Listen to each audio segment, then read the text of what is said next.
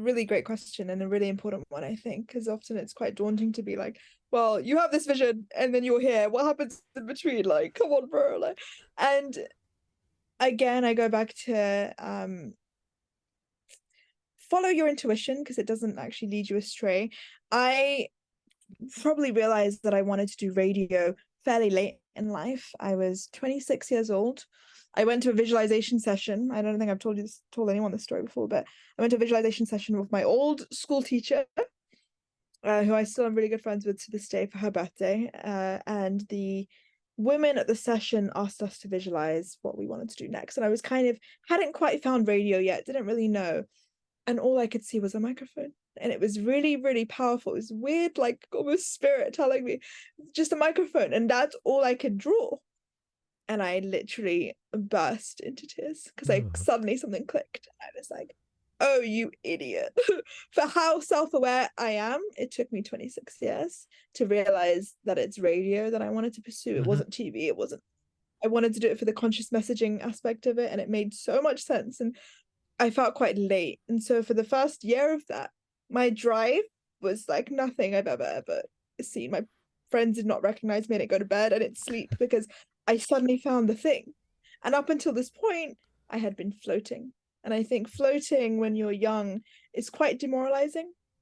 You don't know where to put your energy. You don't know what to do. All the kind of roads you pursue have dead ends because you Mm. don't know anybody. And so suddenly when I found the thing, I got into gear and I got to work. And I knew that I had something to say and I had a very unique vantage point on the world. And I was crucially empathetic to do this job. Like I'm an empathetic enough person to do this and hold people's stories with grace. I knew these things about myself in positive ways. So, okay, cool. So I need a video camera and I need some people to interview. That was it, right? I need something somewhere. And so I did my very first interview. I got in touch with a friend of mine, Derek, who now has a very successful magazine called Mhm. New Wave Mag. And he was having like an artist showcase somewhere. And I said, please let me just interview some of these actors. No idea who they are, no idea what's going to happen. And I interviewed a guy called Martin. I still have that interview actually to this day on my phone to the point that I was holding up my device like this and handing it back like that. We didn't have a microphone, right? And I got goosebumps after that session. So then Wow. I did it again. And I asked my friend to give me the keys to his hair salon to use it as a studio because, again, no resources, right? After hours, this hair salon in Chelsea. And he gave me the keys. And I got my friend Abs, who's an incredible spoken word artist, interviewed him, got a friend to video it.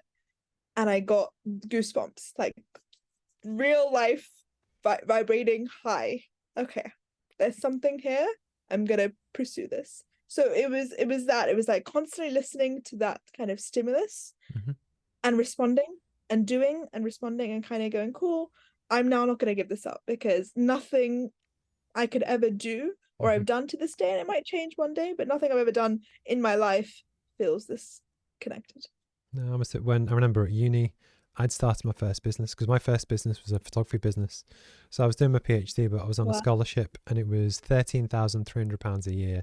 But to live off for a whole year, it's not a huge amount of money. So I started my first business to basically make some extra money. But the reason why I learned to do all of this with the cameras and lighting was back in the day. But I was, I was probably 24, 25 at the time. But I found my thing that I loved. For me, it's actually about the creation. It doesn't really matter what it is. I just like making stuff. I used to love to draw when I was a kid. But one of my friends, Joe, also serial entrepreneur, he messaged me one night and he had this idea. And the way I described it, I called it the sleepless night. It's when you've got that one thing that you are just Yeah. so excited about and you can't sleep and your head is just going like 1,000 miles an hour. And it's so exciting because you've got all this energy.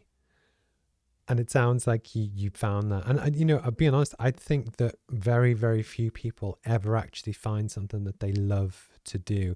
And I stand by the fact that for me to do all of this with the startup probably costs me a fortune. I don't make any money for it. It actually costs me money, but I enjoy doing it so much that I love doing it. That's my thing. And I think that, it's when you can find something that just lights you up. If you can also get paid for it and build a career around it, even better.